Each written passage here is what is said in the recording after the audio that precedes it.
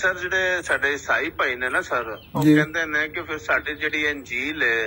और जिहड़ी तौरात है ते जिहड़ी ज़बूर है ਉਹ ਵੀ ਤੇ ਤੁਹਾਡੀ ਜਿਹੜੀ ਹੈਗੀ ਨਾ ਤੁਹਾਡੇ ਮੁਤਾबिक कुरान पाक ਦੇ ਮੁਤਾबिक ਉਹ डिवाइन बुक है जी बिल्कुल ਤੁਸੀਂ ਉਹਨੂੰ ਉਹ डिवाइन बुक ਤੇ ਅਸੀਂ ਉਹਨੂੰ ਮੰਨਦੇ ਆ ਨਾ ਸਰ ਤੇ ਉਹ ਕਹਿੰਦੇ ਫਿਰ ਤੁਸੀਂ ਉਹਨੂੰ ਫਾਲੋ ਕਿਉਂ ਨਹੀਂ ਕਰਦੇ ਪਹਿਲੇ ਤੇ ਉਹ ਆਈ ਸੀ ਨਾ ਉਹਨੂੰ ਕਰਨੇ ਆ ਫਾਲੋ ਉਹਨੂੰ 100%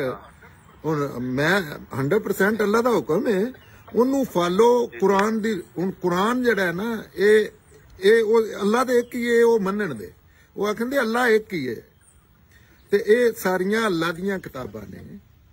ਇਹਦੇ ਚ ਕੋਈ ਡਾਊਟ ਨਹੀਂ ਇਹ ਅੱਲਾਹ ਨੇ ਆਖਿਆ ਹੈ ਕਿ ਇਹ ਅੱਲਾਹ ਦੀਆਂ ਕਿਤਾਬਾਂ ਨੇ ਲੇਕਿਨ ਉਹਨਾਂ ਕਿਤਾਬਾਂ 'ਚ ਇਹ ਵੀ ਅੱਲਾਹ ਨੇ ਆਖਿਆ ਕਿ ਲੋਕਾਂ ਨੇ ਕੋਈ ਨਾ ਕੋਈ ਮਾਮੂਲੀ ਜੀਆਂ ਇੰਨੀਆਂ ਜ਼ਿਆਦਾ ਵੈਸੇ ਨਹੀਂ ਉਹ ਕੁਰਾਨ ਦੀ ਰੋਸ਼ਨੀ 'ਚ ਰੱਖ ਕੇ ਵੇਖੀਏ ਤੇ ਕੋਈ ਛੋਟੀਆਂ ਮੋਟੀਆਂ ਚੀਜ਼ਾਂ ਜਿਸ ਤਰ੍ਹਾਂ ਤਰਜਮਾ ਕਰਨੇ 'ਚ ਤਫਸੀਰ ਕਰਨੇ 'ਚ ਕਰ ਲਈਆਂ ਨੇ ਤੇ ਉਹ ਅੱਲਾਹ ਤਾਲਾ ਤੇ ਆਖਿਆ ਉਹ ਪੜੋ ਉਹਨਾਂ ਤੇ ਈਮਾਨ ਲਿਆਓ ਲੇਕਿਨ ਕੁਰਾਨ ਦੀ ਰੋਸ਼ਨੀ 'ਚ ਕਿਉਂਕਿ ਕੁਰਾਨ ਕਿਆਮਤ ਤੱਕ ਫਾਈਨਲ ਵਰਜਨ ਹੈ ਉਹਨਾਂ ਹੀ ਕਿਤਾਬਾਂ ਦਾ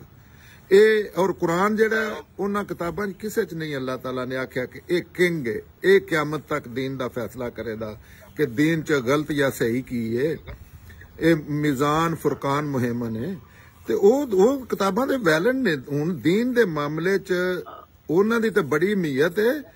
ਹੋਰ ਵੀ ਜਿਹੜਾ ਵੀ ਦੀਨ ਦੇ ਮਾਮਲੇ ਕੋਈ ਗੱਲ ਕਰਦਾ ਉਹ ਕੁਰਾਨ ਨੇ ਤਸਦੀਕ ਕਰਨੀ ਹੈ ਕਿ ਇਹ ਗੱਲ ਤੌਰਾਤ 'ਚ ਜਿਹੜੀ ਹੈ ਅੱਲਾਹ ਦੀ ਹੈ ਜਾਂ ਕਿਸੇ ਬੰਦੇ ਨੇ ਆਪਣੇ ਕੋਲੋਂ ਪਾ ਲਈਏ ਇੰਨਾ ਅਰਸਾ ਹੋ ਗਿਆ ਨਾ ਔਰ ਉਹਨਾਂ 'ਚੋਂ ਕਿਸੇ ਕਿਤਾਬ ਦੀ ਉਹਨਾਂ ਨੂੰ ਆਖੋ ਉਹਨਾਂ ਨੂੰ ਵਿਖਾਓ ਕਿ ਅੱਲਾਹ ਨੇ ਹਿਫਾਜ਼ਤ ਦੀ ਜ਼ਿੰਮੇਵਾਰੀ ਲਈ ਹੈ ਇਸ ਕਿਤਾਬ ਦੀ ਤੇ ਅੱਲਾਹ ਨੇ ਹਿਫਾਜ਼ਤ ਦੀ ਜ਼ਿੰਮੇਵਾਰੀ ਲਈ ਹੈ ਲਿਹਾਜ਼ਾ ਉਹਨਾਂ ਕਿਤਾਬ ਔਰ ਮਜ਼ੇ ਦੀ ਗੱਲ ਜੇ ਜ਼ਿਆਦਾਤਰ ਅਸੀਂ ਗੱਲਾਂ ਕਰ ਰਹੇ ਹੁੰਦੇ ਆ ਕੁਰਾਨ ਤੇ ਉਹ ਇੰਜ ਨਹੀਂ ਜਿਵੇਂ ਜੁੜਵਾ ਨੇ ਉਹ ਹੀ ਕਿਸੇ ਇਹਦੇ 'ਚ ਨੇ 100%